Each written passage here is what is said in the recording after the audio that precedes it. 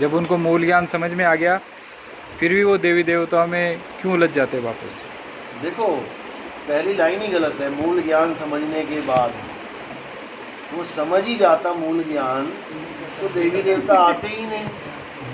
वो समझ ही नहीं पाया मूल ज्ञान, वो देखा देखी आ गया कि अरे अच्छी बात हो रही है, हाँ लोग जुड़ भी रहे हैं, हाँ मैं भी जुड़ जाता हूँ। इससे कुछ होने वाला नहीं है। समझना है। आदि नाम हम भाग सुनाया, मूर्ख जीव समझ नहीं पाया। जब आदि की बात आ जाती है तो आदि का मतलब आदि है।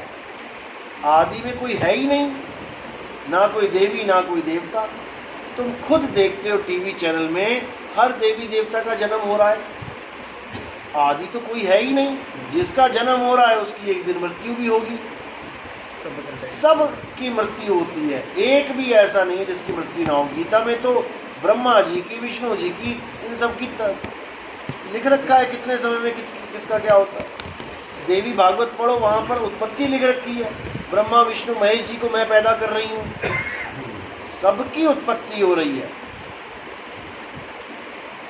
आदि जो नाम है वो उसको कहते हैं जो ना तो कभी उत्पन्न होता है ना जिसका कभी नाश होता है। देवी भागवत पुराण भी पढ़ोगे, उसमें भी लिखा हुआ है कि सृष्टि के आदि में, यानी सृष्टि बनने से भी पहले, ना मैं स्त्री हूँ ना मैं पुरुष हूँ ना मैं नपुंसक हूँ। शेरा वाली माता जो आदि शक्ति है दुर्गा, उसका ज्ञान है ये। वो कह रही है मैं खुद आदमी और औरत नहीं हूँ। तुम कौन से आदमी औरत की पूजा करने लग गए? तुम आदि को जानो। आदि सच, जुगाद सच, है भी सच, नानक होसी भी सच। ये काया ही झूठ है। आदमी औरत नपुंसक, ये जो काया है ये झूठ है।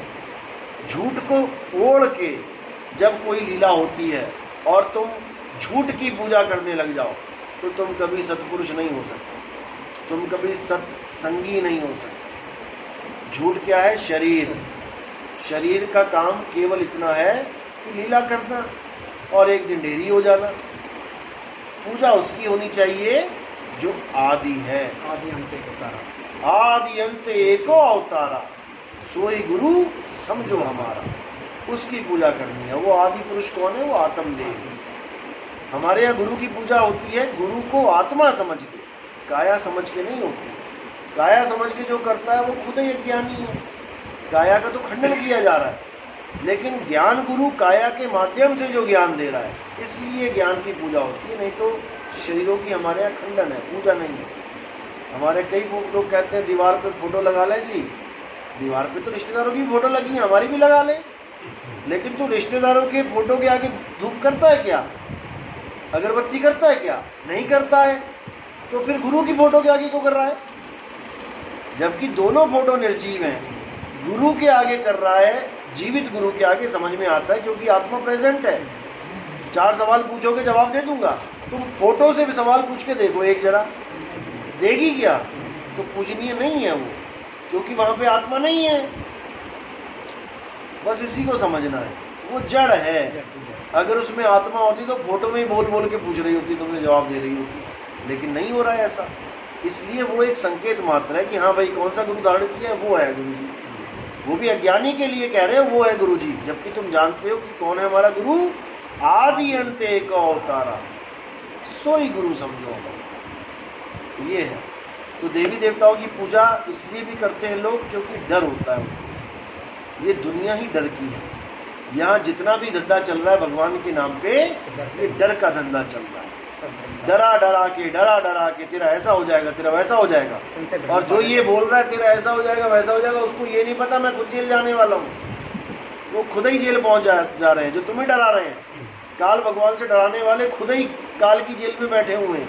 तुम्हें डरा डरा के पैसा ले लिया, तेरा नाम गंड हो गया, लगा 2100 की चोट, तेरा ऐसा वैसा हो गया, चल पाठ करवा। जो काल से डराते थे वो खुद ही काल की जेल में बैठे हैं।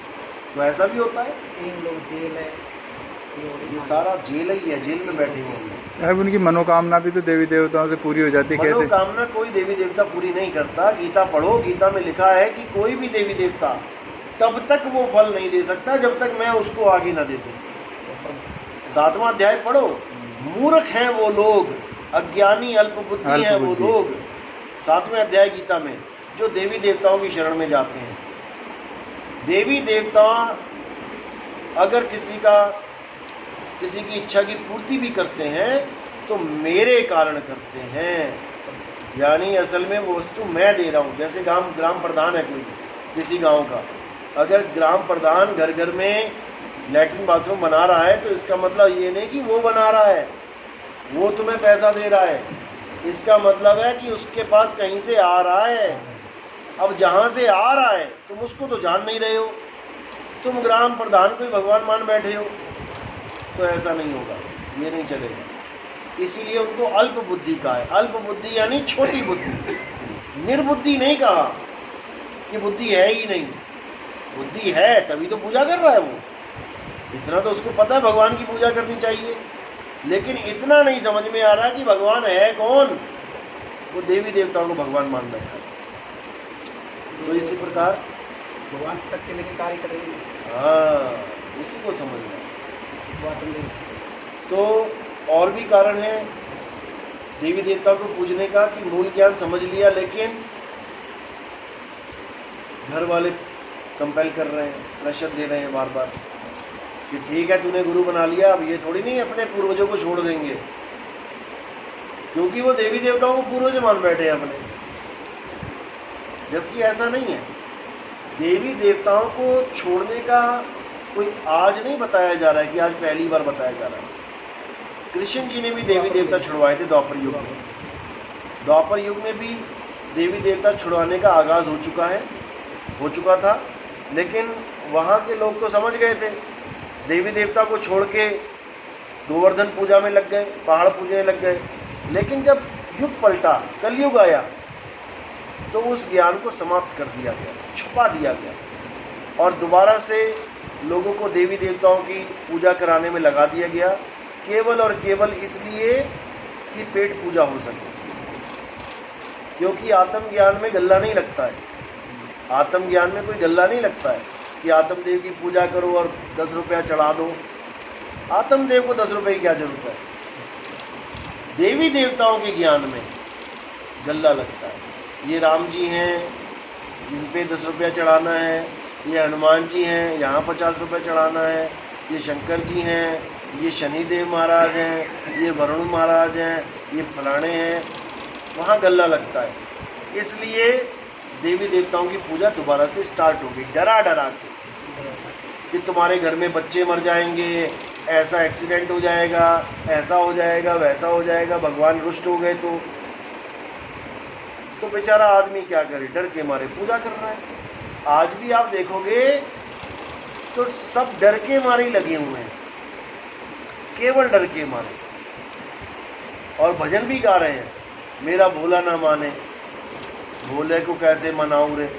अरे भोला थोड़ी रुष्ट हो गया किसी से, भोला अपनी भक्ति कर रहा है। पहाड़ पे बैठ के देखो, युगो युगो तपस्या कर रहे हैं, वो तो तुम्हें संकेत दे रहे हैं तू भी कर, लेकिन तुम्हें समझ में नहीं आ रहा।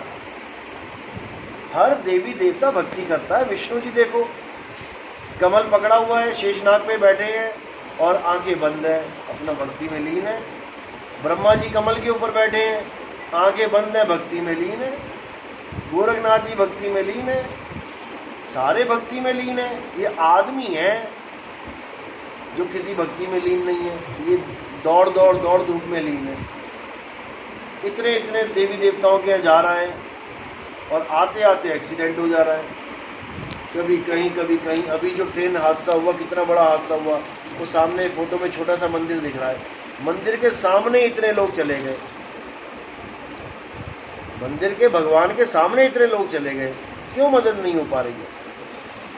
क्योंकि भगवान ने कभी कहा ही नहीं तू भटक इधर उधर।